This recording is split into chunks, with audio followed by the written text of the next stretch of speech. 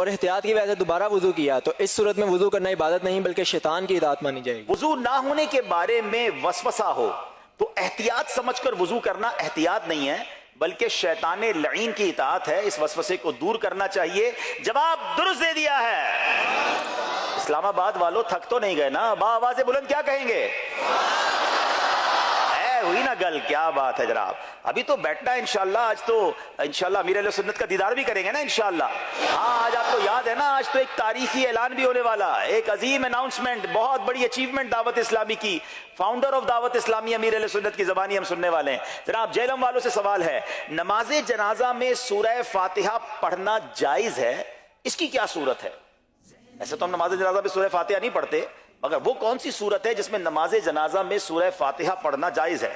نماز جنازہ میں حمد و ثنا کی نیت سے سورہ فاتحہ پڑھنا جائز ہے۔ نماز جنازہ میں حمد و ثنا کی نیت کے ساتھ سورہ فاتحہ پڑھنا جائز ہے۔ جواب درست دے دیا ہے۔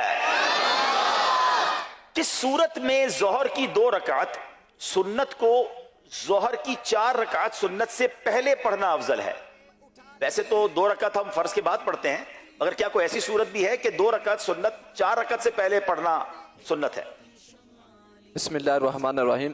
جب ظہر کی پہلی 4 سنت نہ پڑھیں تو پھر ظہر کے فرض کے بعد پہلی 2 جو سنتے ہیں ان کو 4 رکعت سنت سے پڑھنا افضل ہے۔ پہلے پڑھنا، پہلے پڑھنا جی، یعنی اگر اس کی صورت یہ ہے کہ آپ نے اگر سنتیں نہیں پڑھ سکے اور اب ظہر کی فرض پڑھ لی آپ نے، تو اب آپ نے 2 سنتیں بھی پڑھنی ہیں اور 4 بھی پڑھنی ہیں، تو اب افضل یہ ہے کہ پہلے 2 سنتیں پڑھیں اور پھر جو پہلے والی 4 سنتیں بچ گئی ہیں وہ اس کے بعد پڑھیں۔ تو اس کا جواب یہ بنتا ہے، جواب درست دے دیا ہے۔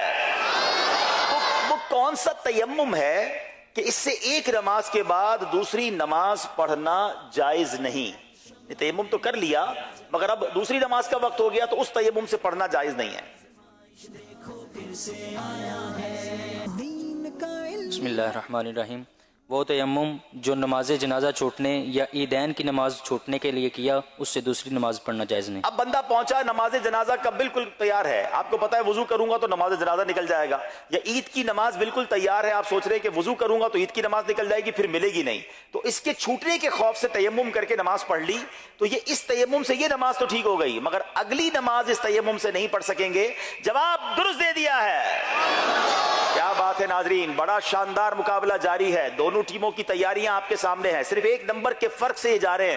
آج دیکھنا ہے کس نے فائنل جیتنا ہے، لیکن اس سے پہلے ایک کال سلسلے میں شامل کرتے ہیں۔ السلام